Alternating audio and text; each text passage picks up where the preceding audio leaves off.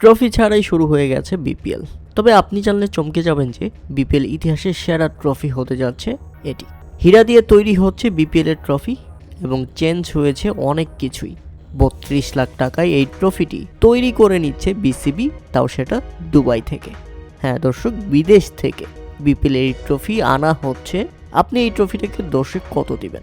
$25,000 diamond স্ট্যান্ডার্ডের ট্রফিটি আসছে বিপিএলে। তাই তো ট্রফি নেই বিপিএল শুরুর আগে, ট্রফি উন্মোচন কিংবা ট্রফি নিয়ে অধিনায়কদের ফটো সেশনও হয়নি।